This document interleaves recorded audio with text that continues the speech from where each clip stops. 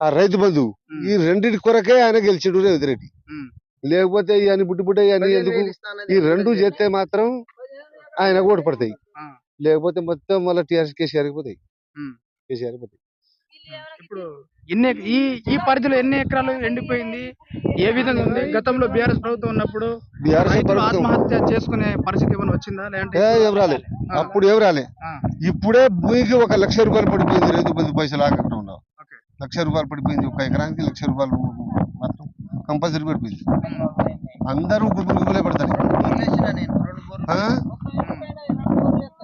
2 బోర్లు వేసిపోయినాయి, పొలం ఎండిపోయినాయి, అన్ని ఆగమాగా ఉన్నది. కాంగ్రెస్ ప్రభుత్వం వచ్చిన కాడ నుంచి మొత్తం ఆగమాగా ఉంది. 6 నెలల కాడ నుంచి ఒక 5 సంవత్సరాల వరకు గుంజుకునే అవకాశాలు ఉంటుందా ఇదే కాంగ్రెస్ ప్రభుత్వం? నడతా అంట 5 సంవత్సరాల వరకు ఏమో నడుతుందో. ఇప్పుడు ఆ రైతు బంధు మాత్రం ఇవ్వకుంటే మాత్రం శూన్య అయినాయి. రైతు బంధు మాత్రం నాకు 1 రూపాయి కూడా పడలే.